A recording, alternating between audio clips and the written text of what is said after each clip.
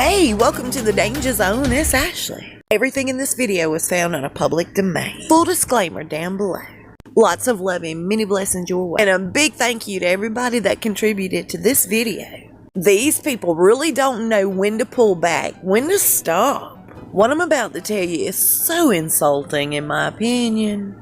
The majority of Meghan's life, she has always related to being white, calling herself Caucasian, hanging out with just white people, marrying and dating just white men. Never has she really owned being any part of African American in any way. Every now and then she would treat her mama to dinner, and that was like once a year. As a matter of fact, I was told this by an extremely reliable source that she's seen her mama maybe once, twice at most yearly. And we're not talking they're like across country from each other. They were very nearby. I mean, let's get real. If you know anything about my channel, we've talked about this in the past. There's most definitely an agenda here, and it involves a lot of people. Really rotten people, as we all know. See, when she and Harry first dated, she was white, totally white. She looked almost identical at one point to Abigail Spencer and Jessica Maroney, which she's morphed back into. Anyway, this is totally an agenda. We all know that. I don't have to go back into that. See, right before the marriage, this plan she agreed to take part of came to fruition. And that's when the bronzer came out, remember? She really couldn't get enough of that bronzer.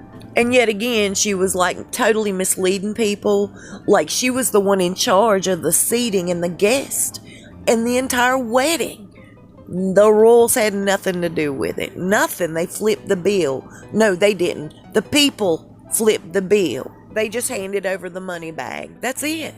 And by putting her mama by herself on the end pew, nobody around her, she looked like she's practicing social distancing right there, not another family member in sight. And it looked like the royal family had something to do with this seating plan. Meghan was already setting up this, screaming racism and feeling so unprotected by the royal family. This had already started prior to the marriage. So that should absolutely prove to everybody, by the time the wedding day had arrived, she already knew how the dominoes were going to fall. She knew how all of this was going to play out. Because she had been in on this plan, see? She agreed to it. Anyhow, Michael Obama, and I'm calling it Michael because there's no way that's a Michelle, has been advising her all throughout this relationship. See, she refers to Michael Obama as her mentor. I'm calling Michael her puppet master. These people needed Meghan because Meghan is so easily swayed by a dollar bill. She's proven that. To keep Harry in her clutches, they needed this royal family member. It's a major part of their takeover plan, no doubt about it. I am not kidding you. A couple years ago, I read a document that said the Queen and the rest of the royal family, the ones that mattered, had a meeting with one of her top advisors who said to her, look, you better get on board or you're going to lose major popularity. This will be no more. You're being left behind. It's time that you incorporated some different ethnicity into your family. I always felt that these advisors were maybe working for Meghan's mentors. This was one massive setup. We all know that. Well, the royal family knew they had the perfect idiot for the job because in 2015, according to the document that I read, Prince Harry was ordered to take up with an ethnic woman. The circumstances regarding the way he and Meghan met, who he was introduced to Meghan by, where they met, it's all a setup. I don't have to say it enough. Well, anyhow, he ended up dating somebody at the same time he was dating Meghan. We all know that story. And he was pulling back from Meghan big time. Yet everywhere he would go, she would be there. And this wedding is where she hooked him finally. So she shows up at this wedding and she tells him, hey, look, You can't not dump me. I've just given up everything for you. He had told her prior, look, to be a royal, you're going to have to get rid of this, and this. Her mentor, if you know what I mean, felt by him pulling back they were losing their footing, as she said in her last speech. And this is the card she played to get back into his fuzzy arms. I just gave up suits, I gave up Tig, I did every bit of what you asked. It's done, I'm ready to be your wife, a senior member of the royal family. And of course he bragged to his friends about what happened after this wedding. Harry is obviously a very, very weak man. And the plan is working, because the moment she bagged Harry, the royal family, that whole system has spiraled out of control. I am the first one to admit, when she first started screaming Black Lives Matter and she wanted to be a part of that movement, I thought, well, she's a complete opportunist. That's what she's there for. And boy, was I off the mark.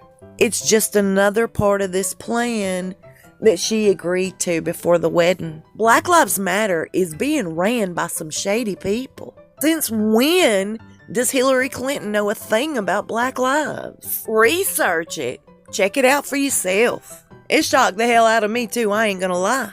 So anyway, getting back on track, Meghan has now made a declaration she is no longer owning Caucasian. After living her entire life as a white person, she is no longer white, y'all. But just like their whole eco-warrior crap that they pull, still taking multiple trips on private jets, leaving massive carbon footprints, hopping in, as the Daily Mail said, a gas guzzler, for a Black Lives Matter chick who's no longer Caucasian. As my friends Peter and Shoshana said, it sure looks like she's enjoying that quote-unquote white privilege, having her black help open the car door for her. Sure is a bad look on you, Meghan. They're a bunch of do as we say, not as we do types. Have you ever noticed? And have you noticed too, just like my buddy Peter pointed out, while they were over there pretending to be senior royals, knowing they were going to dip out, she couldn't help but have her hands all over him. She wound up on him like a dang boa constrictor. And the moment she gets him over here to the good old US of A, he's no longer a prince and just Harry. There's quite a distance between the two of them these days. He's been her bag boy, delivery guy, dog walker, and I'm assuming her escort to the plastic surgeon's office.